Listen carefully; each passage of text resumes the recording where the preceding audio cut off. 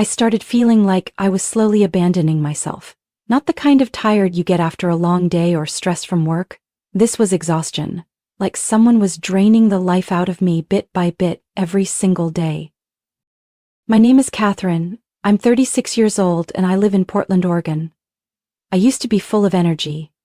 Working in financial analysis, sharp-minded, quick to respond, always in control of my pace. But now everything felt blurry, like my brain had been wrapped in thick fog. Day by day, I was becoming more absent-minded, dropping my wallet at the checkout counter, forgetting both my email password and client meetings. One morning, I got to the office and couldn't remember which route I took to drive there. This wasn't regular fatigue anymore. And my body. Every morning I woke up feeling like I'd been in an accident. My muscles ached, my head throbbed. And the dreams, more like nightmares. Every night I dreamed I was trapped in a sealed room, someone staring through a slit in the door, whispering something in a voice I couldn't make out. But it chilled me to the bone. The strangest part? It all started about 3 months ago. Right around the time my husband Brandon began making me tea every night. "You need proper sleep, Kat," he would say, placing a steaming mug into my hands, his voice sweet and eyes full of concern. "Working like that, you'll get sick sooner or later." I used to find that gesture endearing. He's 6 years older than me, works in real estate investment. Calm, composed, the kind of man I thought I could lean on after years of doing everything alone. But now, I'm not so sure. Because every time I drank the tea Brandon made, within 10 minutes my eyelids would get heavy and my head would spin. It wasn't just drowsiness. It felt like a direct hit to my nervous system, pulling me under without control. What unsettled me the most was, I never knew exactly what kind of tea it was. I asked and he'd just smile and say, "A special herbal blend I got from a little shop near work." No labels. I never saw him prepare it, always after I finished showering or was busy with something else. I began paying closer attention. When I pretended to sip slowly, he'd glance at me more often, as if watching for a reaction. One night, I caught a strange sharp scent beneath the usual mint and chamomile. Subtle, but enough to send a chill through me. His sweetness also started to crack. Brandon grew more irritable. One day, I left my coat on the couch and he threw it to the floor, growling, "Always a mess." When I asked why he was acting like that, he blamed work stress, then hugged me like nothing happened. But I couldn't trust those hugs anymore. That unease began to fill every gap in my day. I kept trying to find rational explanations, stress, lack of sleep, weather, but the more I tried, the louder the fear grew. And beneath all the doubt, one question screamed in my head every time I looked at that evening cup of tea. What would happen if I stopped drinking it? I couldn't take it anymore. That morning, after waking up with aching eyes, a mouth dry as paper, and a strange bruise on my upper arm, I decided to call Monica, my best friend from college, now a pharmacist at a major drugstore in Beaverton. "Are you free tonight?" I asked, trying to keep my voice steady while calling from the office landline. "I need to talk, it's urgent." Monica was silent for just a second before answering. 8 o'clock, my place. And Kat? Bring anything related to what you've been drinking. That night, I arrived at Monica's apartment sluggish, but trying to appear alert. Her place was just like the last time I visited. Tidy, cozy, full of medical books and little potted plants on the windowsills. The scent of mint from her diffuser softly drifted past my nose, a stark contrast to the smell that haunted my sleep every night. "Sit down," Monica said, placing 2 cups of chamomile tea in front of us. "Tell me everything." I hadn't meant to cry, but the moment my lips touched the tea not made by Brandon, tears came pouring out. I told her everything, the overwhelming fatigue, the recurring nightmares, the foggy memory and confusion with no reason. I described the tea Brandon gave me every night, the strange sharp smell, the way his eyes hardened when I asked about what was in it. Monica didn't interrupt, but her face grew darker as I spoke. When I mentioned catching a faint chemical scent in the tea, she set her cup down and said, without sugarcoating, Catherine, it sounds like you might be ingesting a mild sedative or sleep-inducing drug. There are water-soluble substances, no color, no strong smell, that when used repeatedly can disrupt sleep, memory, even behavior. I stared at Monica. You mean Brandon's drugging me? She said only one sentence and it sent ice through my veins. You need to test it, but don't let him find out. We sat in silence for a few seconds, just the ticking of the clock. Monica pulled a basic water testing kit from her drawer and gave me one critical piece of advice. First, stop drinking it, but make sure he thinks you still are. Pretend. Pour it out when he's not looking, record any strange behavior, his words, reactions, expressions, and if possible, save a sample for me to test. I left Monica's house feeling like I'd just signed a contract with myself. I wasn't a suspicious wife anymore. I was someone investigating the man sleeping beside her. The next night, Brandon handed me the usual cup. It's cold tonight, he said, gently brushing my hair. Ginger tea will help you sleep. I held the smile just long enough, then drifted toward the living room window, where a wilting orchid waited, its petals curled like they too were keeping secrets. While he turned toward the kitchen, I tilted the cup. The pale tea soaked into the soil, a few drops hit the leaf, making it tremble. I stared at it for a few seconds, my palm ice cold. Back on the couch, I lifted the empty cup to my lips, closed my eyes as if savoring it. Tonight's tea smells different, he said casually, glancing quickly at him. Did you use a new blend? Brandon paused. Not much, just a blink, slightly longer than usual. Oh, I added a bit of honey ginger, he replied, then gave a faint smile. You like it? I forced a smile. Yeah, it's fine. That night, I pretended to fall asleep as soon as the lights were off. My back to the wall, hand resting lightly on the blanket, breathing steady, just like every other night. But this time, I didn't sleep. I waited. Only the ticking clock and faint footsteps in the hallway broke the silence. I lay still in bed, eyes shut tight, my breath calm like someone deep in sleep. In the darkness, every sense felt painfully amplified. Every creak of the wooden floor, every soft sound in the apartment made my heart stop. Brandon didn't come into the bedroom right away. I heard the clink of a glass, the water running in the sink. Then nothing. Almost 10 minutes passed in a suffocating silence. I started to worry maybe he'd figured it out. Then, a soft click. Not the bedroom door, the office door. My heart pounded as I heard his quiet steps inside, the scrape of a chair, the tapping on a keyboard. After a few minutes I got up, easing my feet onto the floor one at a time, like crossing a minefield. I didn't turn on the lights. I didn't breathe too loudly. Every step could change what I was about to find. I reached the hallway. The office door was slightly ajar. Through the gap, I saw Brandon's back, illuminated by the cold blue light of a laptop screen. My laptop. He was in my personal email. I opened my mouth, but no sound came out. My hand gripped the wall, icy cold. He wasn't just snooping. He had a black USB drive plugged into the side port. The screen showed folders, bank, lease agreements, investment plans, tax info. He was copying everything. I watched him open the personal docs folder. Inside were scans of my passport, social security card, and a copy of the home deed under my name. Each click from Brandon felt like a knife to my chest. And it didn't stop there. He opened a new browser tab and tried logging into my online bank account using an old password I'd changed weeks ago. When the system flagged it as incorrect, he frowned and searched my archived emails for a reset link. I was frozen. Then he opened a PDF. It was an online loan application under my name. The amount: $75,000. Reason: real estate expansion investment in Austin. Attached were bank statements, a copy of my ID, and collateral listed as the current apartment, fully owned by me. I gripped the door frame, nails digging into my skin. This wasn't impulsive, this was a plan. Deliberate, timed, calculated. Brandon was stealing my identity. After downloading the entire set of documents, he printed some of them. I heard the low hum of the printer in the corner.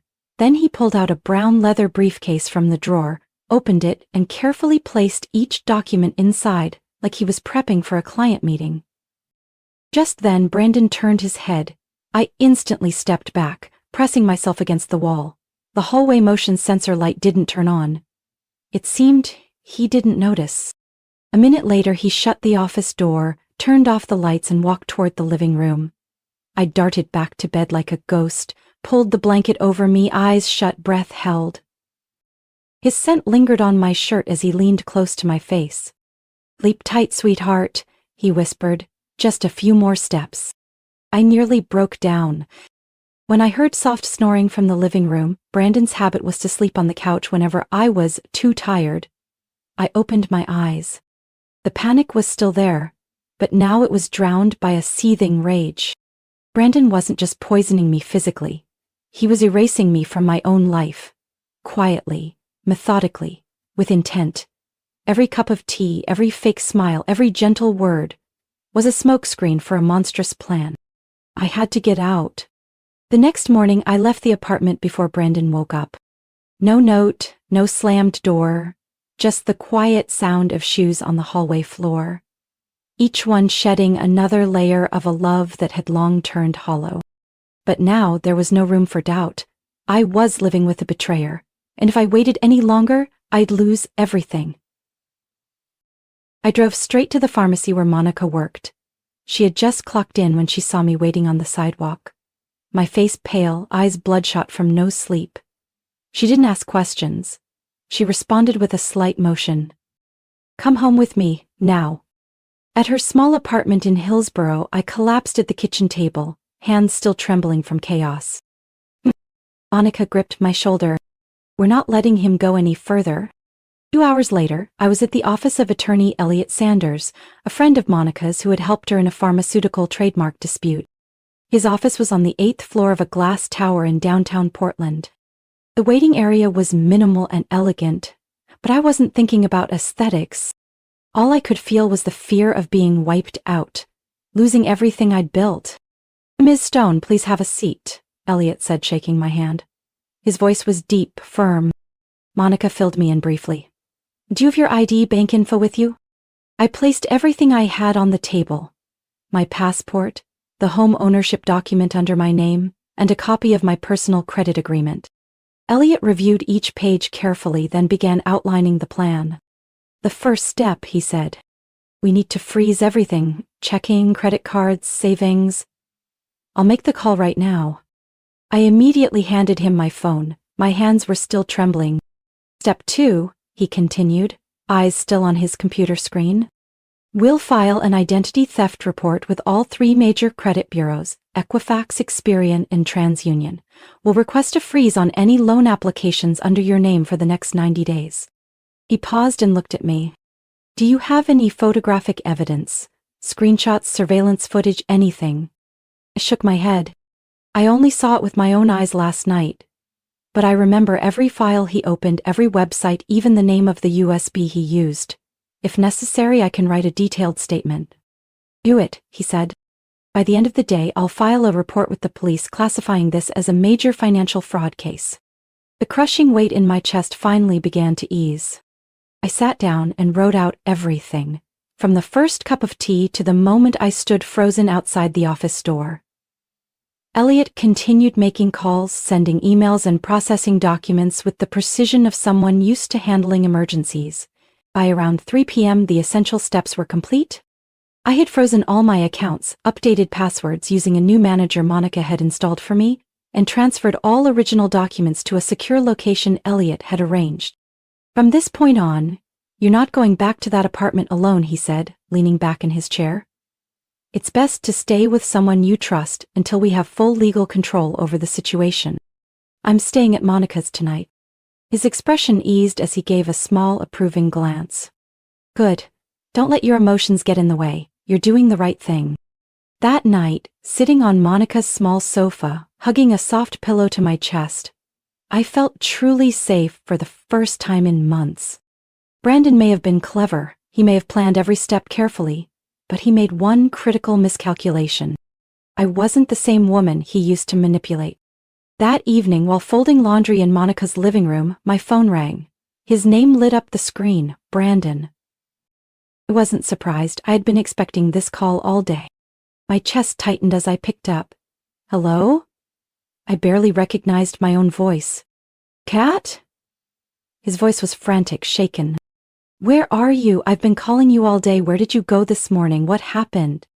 I let the silence stretch. I wanted to see how far he'd go playing the concerned husband. You left without a word, Brandon continued, more urgent. I woke up, the bed was empty, your phone was off. I'm really worried about you, you know? I gave a dry laugh. Really, Brandon? Worried? Maybe save that concern for the bank accounts I just froze? Or the USB drive you tucked into your leather bag last night? Silence. Then a sharp exhale. Kat, I don't know what you're talking about. You know exactly what I'm talking about, I said coldly. I saw everything. You accessed my laptop, you copied personal documents, passport photos, bank info, even the deed to the apartment. You were applying for a loan in my name, weren't you? For a so-called investment property in Austin? He went silent. I kept going, each word like a blade. Stop pretending, I saw it with my own eyes. And don't forget, I also know about what you've been slipping into my tea every night. I didn't drink it, I pretended. You tried to turn me into a walking corpse, knocking me out while you quietly erased me from my own life. Kat, his voice trembled. I know you're imagining things. We're just going through a rough patch. You're overreacting. Overreacting? I leveled my voice. Let me be clear. You know what's an overreaction? Drugging your wife, stealing her identity, ruining the credit, assets, and life of someone who trusted you completely. You don't understand. I'm in financial trouble. I didn't mean to hurt you. I let out a bitter chuckle. Financial trouble? So you filled out a $75,000 loan application under my name, submitted scanned IDs, bank statements? And how exactly do you plan to explain the building's security footage that probably recorded you leaving in the middle of the night with my file folder? Brandon said nothing. I continued, firm and clear. I've hired an attorney, I've reported identity theft, all my accounts are protected, and I'm filing for divorce tomorrow morning. Kat, please. His voice cracked. We can fix this. Don't do this to us. I sat down slowly, keeping my tone steady. No, Brandon. I'm taking back what's mine. Please, he was nearly begging. We can start over. I'll tell you everything. Whatever you want to know, I'll come clean. I don't need a confession, I cut in gently but with cold precision. I need freedom and the truth, neither of which you ever intended to give me. I hung up. My hands still gripped the phone, but this time it wasn't trembling. Monica stepped out from the kitchen, her eyes worried. You okay? You know what? I haven't felt this clear in a long time. The next morning, I arrived at Elliot's office earlier than scheduled. I hadn't been waiting in the lobby for more than 10 minutes when Elliot opened the door, holding a thick stack of documents neatly clipped in a black leather folder. His expression was more serious than usual, and as the door to the conference room shut behind me, I sensed what I was about to hear wasn't just legal. You should brace yourself, Elliot said slowly. I had a cybersecurity contact retrieve login and message history from the secondary account Brandon accessed on your device. What we found may be hard to digest. I clenched my hands, trying to steady my voice. What did you find? Elliot opened his laptop and turned the screen toward me. A list of emails appeared on the screen with blunt subject lines. R.E. Total wipe plan. Update on Catherine's accounts. Next month's trip. The sender, sarah.v@blueriseholdings.com. Her real name is Vanessa Cruz, Elliot said, a former colleague of Brandon's from his old firm in Houston. Their messages started increasing about 6 months ago. It began as work, but then turned into something much more intimate. I scrolled through the emails. It wasn't just about money. I can't stand it anymore, Brandon. When are we finally getting rid of that idiot? Just a little more patience, babe. The loan documents are nearly done. Next month, just book the flight. I'll handle the rest. The Scottsdale apartment's already picked. Elliot scrolled faster. I saw an attached image. A photo of a real estate purchase agreement, with Vanessa Cruz as the buyer and Brandon Stone as the financial sponsor.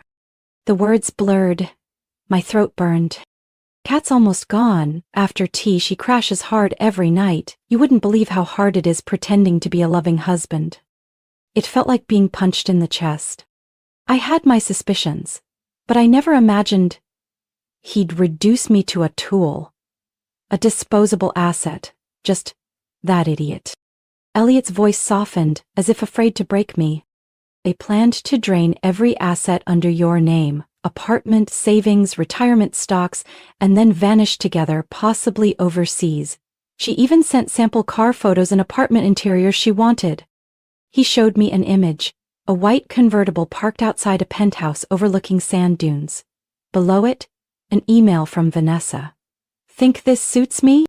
I couldn't move, my whole body locked in place. There was a time I thought I could forgive my husband for making desperate financial decisions. But not this. Not betrayal by design. Not a con, scripted to the last detail. Brandon hadn't just tried to steal my money. He had tried to erase me. Click by click, sip by sip, every good night laced with chemicals that put me out cold. I asked, my voice hoarse. Can we use these emails to press charges? Absolutely, Elliot gave a firm response. I've backed up everything and sent a copy to the State Financial Crimes Division, but you'll need to stay strong. This won't be simple. He'll try to reach out, plead, even blame you. But what matters is, you have the truth now. That night I sat alone in Monica's living room, opened my laptop and reread every email. I needed to know every word he said behind my back, every plan, every promise he made to another woman. Because starting tomorrow, I would be the one ending the show he had scripted all along. I filed for divorce on a quiet Monday morning. No courtroom, no scene. Just a single signature, quietly closing a chapter that nearly erased me. That afternoon I returned to work. As I walked through the doors of the office I knew so well, I caught glances, surprise mixed with hesitation.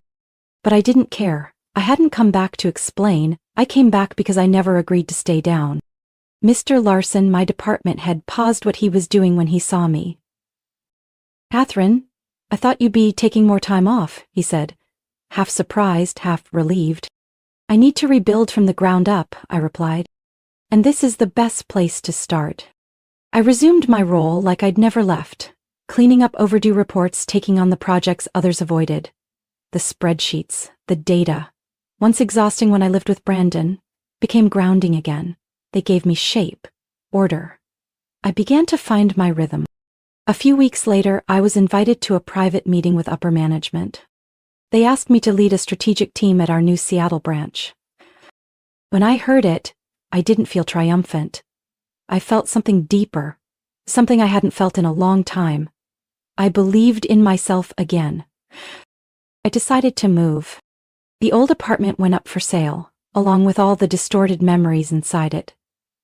I chose a small home near Lake Oswego, where I didn't need an alarm to wake up, and the breeze through the windows was enough to begin a peaceful day. Monica stayed by my side as if the storm had never passed through. She encouraged me to revisit painting, a passion I'd left behind in college. At first, I just painted to release, but the more I painted, the more I felt like I was stitching together the parts of me that words could never touch. In the fall, I left the country. I wandered through Paris, Florence, then Vienna, finally resting in Lisbon. I walked slowly through galleries, lingered at old cafes, and sometimes quietly sketched what stirred my heart. Not for anyone, not for any reason, just because I wanted to live like that, deep enough to feel, slow enough to know I was still alive. In Lisbon, I reconnected with Emily, an old college friend. She's now a freelance photographer. We stayed up late, sharing the moments that broke us. I wasn't the only one who had trusted the wrong person. But what set me apart was, I chose to rise. When I returned to Portland, I brought back a few notebooks, unfinished canvases, and a draft proposal for a personal art exhibit I'd never dared to dream of before. One March afternoon, I was walking past the new shopping district downtown. I paused in front of an eyewear store. Inside stood Brandon. He was hunched over, clutching a file. Hair unkempt, shirt wrinkled, eyes empty. There was something in that look that made me stop. the face of a man who once thought he controlled everything, now reduced to a worn shell clinging to nothing. He looked up, our eyes met for a few seconds. Then I turned. I tossed my scarf gently over my shoulder and walked past him like a stranger. The streetlights ahead glowed brightly. In real life, not everyone sees the warning signs in relationships that seem perfect on the surface. Catherine's story reminds us that blind trust can lead us to the edge of danger, and sometimes, the one who betrays us is the same person who held our hand each night. But from that, Catherine also shows us the power of clarity, timely action, and choosing ourselves over continued sacrifice. Freedom, in the end, doesn't come from forgiveness. It comes from the courage to begin again. What are your thoughts on Catherine's journey and how she faced betrayal? Share your reflections in the comments below and don't forget to follow the channel for more powerful and emotional stories about life and family.